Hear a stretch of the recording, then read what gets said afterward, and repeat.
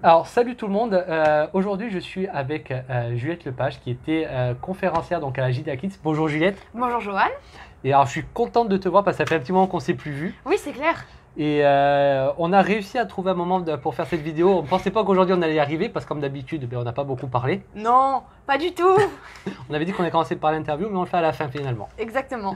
Et donc, je suis venu te voir parce que je voulais que tu partages un peu ton expérience par rapport à la JDA Kids, du début jusqu'à la fin. Vraiment, comment ça s'est passé pour toi, que ce soit les coachings. On va commencer un peu depuis le début, c'est-à-dire déjà, comment tu as connu la JDA? Comment j'ai connu la JDA? Eh bien, c'est grâce à Thierry Corbalan qui, l'année dernière, c'était en septembre dernier, c'était il y a un an maintenant, m'avait dit tiens, il y a la journée de l'audace, je ne peux pas y venir, mais j'ai une conférence, je vais la faire en vidéo de toute façon et je suis sûre que si tu viens voir, ça pourrait vraiment t'intéresser. Je sais que parce qu'à l'époque, j'avais le projet du GR20 qui commençait à naître, mais on n'était pas trop sûr de vouloir le faire. Et Thierry nous a dit ça pourrait t'aider et ça pourrait être un bon déclic. Et je pense que c'est ça dont vous avez besoin pour votre projet du GR20. Et j'ai vraiment eu un coup de cœur pour cet événement parce que les conférences étaient passionnantes, les personnalités qui présentaient les conférences, les conférenciers avaient tous des personnalités attachantes et j'ai vraiment eu un mini coup de foudre pour le monde des conférenciers. Et puis pendant une pause, je suis venue voir Johan et je lui ai demandé, mais j'ai vu qu'il y avait un concours pour devenir conférencier aux prochaines journées de l'audace, comment on fait pour participer? Et c'est comme ça qu'on s'est connus. Et c'est vrai que après tout ça, tu avais discuté avec tout le monde, tu avais C'est raconté ça. ton histoire. Tellement qu'on a été tous touchés, on ne pouvait pas se passer de Juliette, c'est pas possible. Tellement qu'elle véhicule de valeurs et d'émotions. Donc, on avait décidé de te recruter déjà pour la journée d'audace des adultes qui va avoir lieu le 16 novembre à Bigouille. On C'est en ça, j'ai profite. hâte. Donc, comme vous avez compris, Juliette sera parmi nous donc le 16 novembre, mais est sortie du chapeau la JDA Kids. Donc, du coup, Tu m'as contacté. on t'a contacté pour que tu sois avec nous. Janvier, premier coaching. Qu'est-ce qui se passe? Raconte-nous un peu. C'était très très cool le coaching. J'ai rencontré tout le monde, j'ai rencontré les autres enfants, c'était vraiment sympa parce on se connaissait pas, mais j'ai rencontré vraiment des gens qui sont vraiment adorables, avec qui je suis toujours en contact maintenant et avec qui je me suis bien entendue. Et puis j'ai revu Isabelle, qui avait été une de mes conférencières préférées justement à la journée de l'audace. Et j'étais très très contente de la voir et j'avais beaucoup aimé la manière dont elle nous coachait. Et c'est là que j'avais commencé à faire le premier jet, la première ébauche de conférence. Et c'est là où est née la structure. Donc après, tu as eu un peu les coaching à distance, on s'est revus. Ça. On se voit au mois d'octobre au début. Non, au mois d'octobre, au mois de mars, Au tout début. Au début mars, À parce Corté. qu'octobre, là. Oui. Donc à Corté. Comment ça se passe à Corté avec les autres, avec la journée? Comment c'est? Ça s'était très bien passé aussi parce que ça nous avait permis d'apprendre encore un peu plus à se connaître. Ça nous avait permis de commencer pas à jouer, mais à montrer nos conférences et ce qu'elles allaient donner auprès des autres. Et du coup, ça nous a permis de prendre un peu la température, de voir les choses à changer, les dernières petites modifications, les petits ajustements. Et c'était très bien pour voir si on allait droit dans le mur ou si au contraire on était sur le bon chemin de la conférence. Et vu que vous étiez sur le bon chemin de la conférence, on arrive fin mars. Le 23. Le matin, tous ensemble, on commence à faire le filage des essais, donc des micros et sur la scène. Et là, il y a des émotions qui commencent à arriver. Mon Dieu, j'étais stressée. J'étais stressée comme pas deux. Parce que j'avais peur de ne pas être naturelle, j'avais peur de ne pas me rappeler de tout, j'avais peur d'avoir des trous de mémoire, j'avais peur de ne pas savoir comment improviser. De toute façon, j'avais peur de tout. Enfin, pas peur de tout, mais je ne savais pas comment ça allait se goupiller, si tout allait bien se passer comme je l'avais prévu. Et c'est le syndrome d'Asperger qui revient au galop. Hein. Et j'avais peur que tout ne se passe pas comme prévu. C'est vrai que là, tu parles du syndrome d'Asperger, donc c'est important de dire que tu es Triple A. triple A, qui veut dire asthmatique, aveugle, Asperger.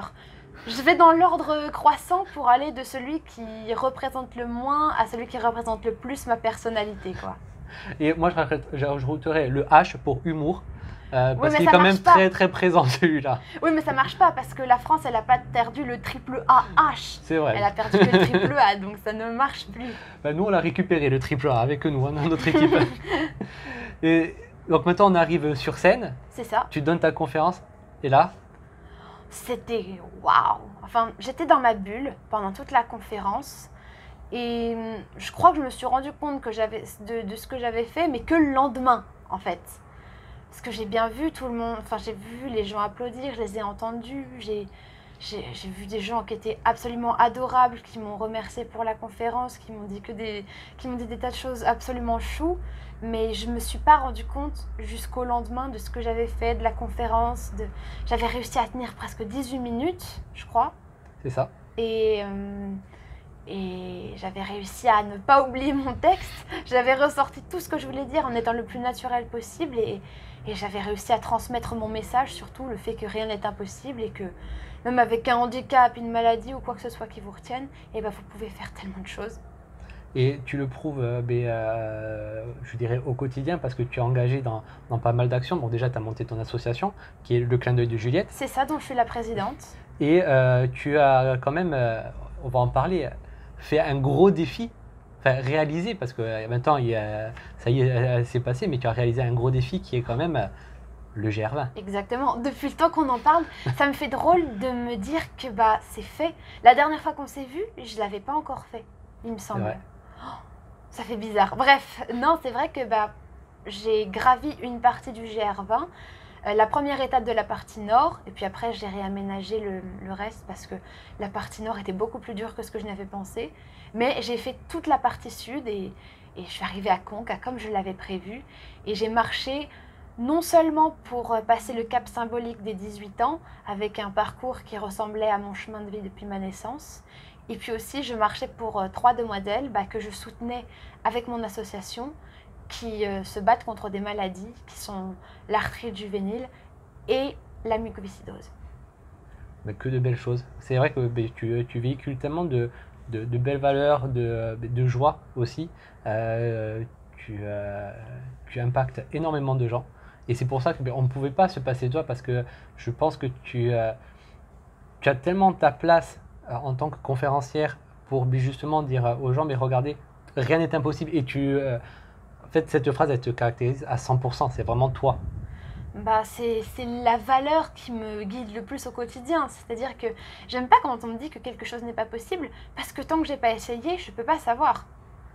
Et je pense que c'est la chose la plus importante à véhiculer, c'est que tant que les gens n'ont pas essayé, ils ne peuvent pas savoir si c'est impossible ou pas. Et je pense que les gens doivent vraiment révéler tout leur potentiel et toutes les capacités qu'ils ont en eux, même s'ils pensent être restreints par des barrières, quelles qu'elles soient.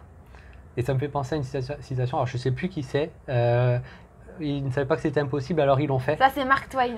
Je comptais bien sur toi pour me donner le nom. Et je l'ai placé dans ma conférence, donc je suis très, très, très touchée par cette citation-là. C'est un peu mon modo, comme on dit. D'accord. Et maintenant, si tu devais parler à un jeune ou à un adulte, parce que le concours est ouvert donc aux deux, qui se pose des questions, qui n'osent pas, qu'est-ce que tu leur dirais vraiment ? N'ayez pas peur. Restez vous-même, montrez ce que vous avez pu faire, essayez de passer les messages qui vous tiennent le plus à cœur, restez fidèle à vos valeurs, transmettez ces valeurs-là et surtout, n'oubliez pas de vous amuser parce que la journée de l'audace, c'est avant tout un bel événement. C'est pas le cliché avec les conférenciers qui défilent les uns après les autres et qui vous font des discours barbants avec plein de termes techniques. C'est juste des histoires de vie, des parcours, des gens avec des personnalités attachantes et un public qui a envie de découvrir des parcours atypiques. Mais je pense que tout est bien résumé dans ce que tu as dit. Et est-ce qu'on ferait pas un petit teasing de ce qui va se passer au mois de novembre pour ta conférence? Puisque là, il y a une phrase qui est sortie qu'on a discuté tout à l'heure, qui résume bien ce qui va se passer. Eh bien, disons que ma conférence le 16 novembre va vous en mettre plein la vue et va vous retourner dans tous les sens. On va s'arrêter là-dessus, je pense que... Sinon, je vais spoiler tout le monde. C'est parfait. Bon, en tout cas, merci Juliette. Moi, j'étais super contente de te revoir, comme d'habitude. C'est moi qui te remercie, Joanne. Moi, j'adore bavarder avec toi, donc j'étais toujours contente de te voir. Je pense qu'on aime bien discuter, oui, même avec ta maman qui est par là aussi, qui est toujours hors cadre, si elle veut nous rejoindre un peu. Mais c'est vrai il y a bien un moment où elle nous rejoindra, n'est-ce pas? Peut-être au mois de novembre. Bon, je vous embrasse tout le monde. Avec Juliette, on vous dit au mois de novembre, le 16 Exactement, novembre, on se voit le 16 Space novembre. le Rock à Bigouille. Et à très vite, Juliette. À bientôt, Johan. Ciao, ciao tout le monde!